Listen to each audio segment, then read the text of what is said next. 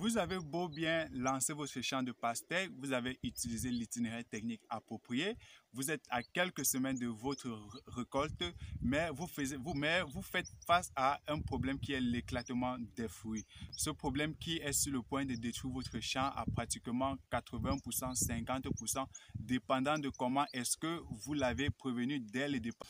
Alors, si vous avez déjà eu ce problème dans votre champ, bienvenue dans cette vidéo. Ici, là, c'est Rich Agri Entertainment. Nous parlons de production végétale, nous parlons de production animale, nous parlons d'agribusiness, nous parlons de tout ce qui est agriculture, tout ce qui est terre. Ici, là, nous sommes dans mon champ de pastèque que j'ai lancé il y a pratiquement 2 mois déjà. Nous sommes presque à terme, nous sommes presque à la récolte, mais nous faisons face à un problème qui est l'éclatement des fruits. Et j'aimerais partager avec vous quelles sont les causes de ce problème, quelles sont les possibilités dont vous pouvez prendre en compte pour pouvoir remédier à cela bien avant. Alors, l'éclatement des fruits est souvent causé par 3 facteurs majeurs qui sont: nous avons le manque d'arrosage ou encore un excès d'arrosage, et aussi nous avons un manque de calcium sur terre, dans votre sol.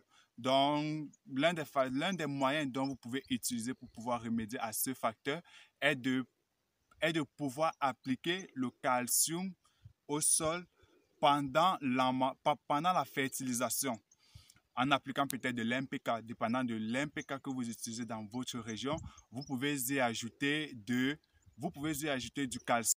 Alors, cet apport en calcium va vous permettre de renforcer les parois cellulaires de votre plante tout en évitant les éclatements des fruits dont nous sommes en train de parler.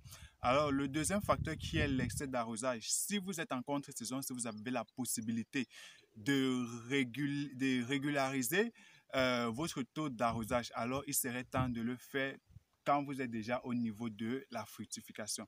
Cela ne vous permettrait pas non seulement de réduire l'éclatement des fruits, mais aussi de pouvoir sortir avec des fruits très chagnus, très rouges et bien sucrés. Pourquoi? Parce que une réduction en arrosage, une régularisation au niveau de l'arrosage pendant la fructification vous permet d'augmenter la teneur en sucre de votre fruit. Et maintenant, l'autre facteur qui est le manque d'eau. Le manque d'arrosage, vous pouvez tout simplement remédier cela en augmentant votre taux d'arrosage.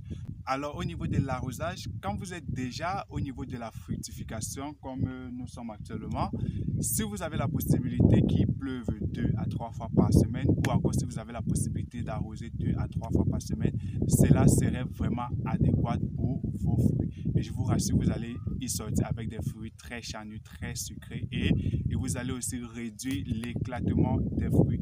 Mais, comme il est toujours important de prévenir, je préfère toujours dire qu'il est aussi important de faire un apport en calcium pendant le moment de la fertilisation.